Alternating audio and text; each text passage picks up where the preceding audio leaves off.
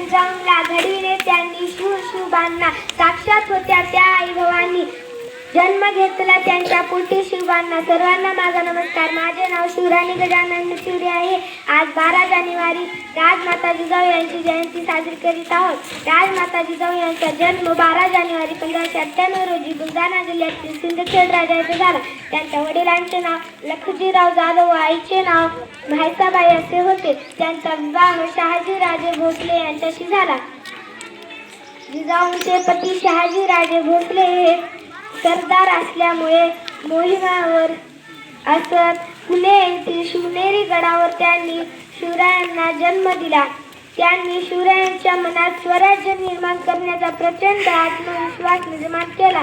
दुर्दैवाने राजमाता जिजाऊंनी 17 जून 1673 रोजी आखरेचा श्वास घेतला. वीरजीचा मुलगा धन्यती माई नाव तिचे जिजाऊ ती शिवरायांची आई. धन्यवाद.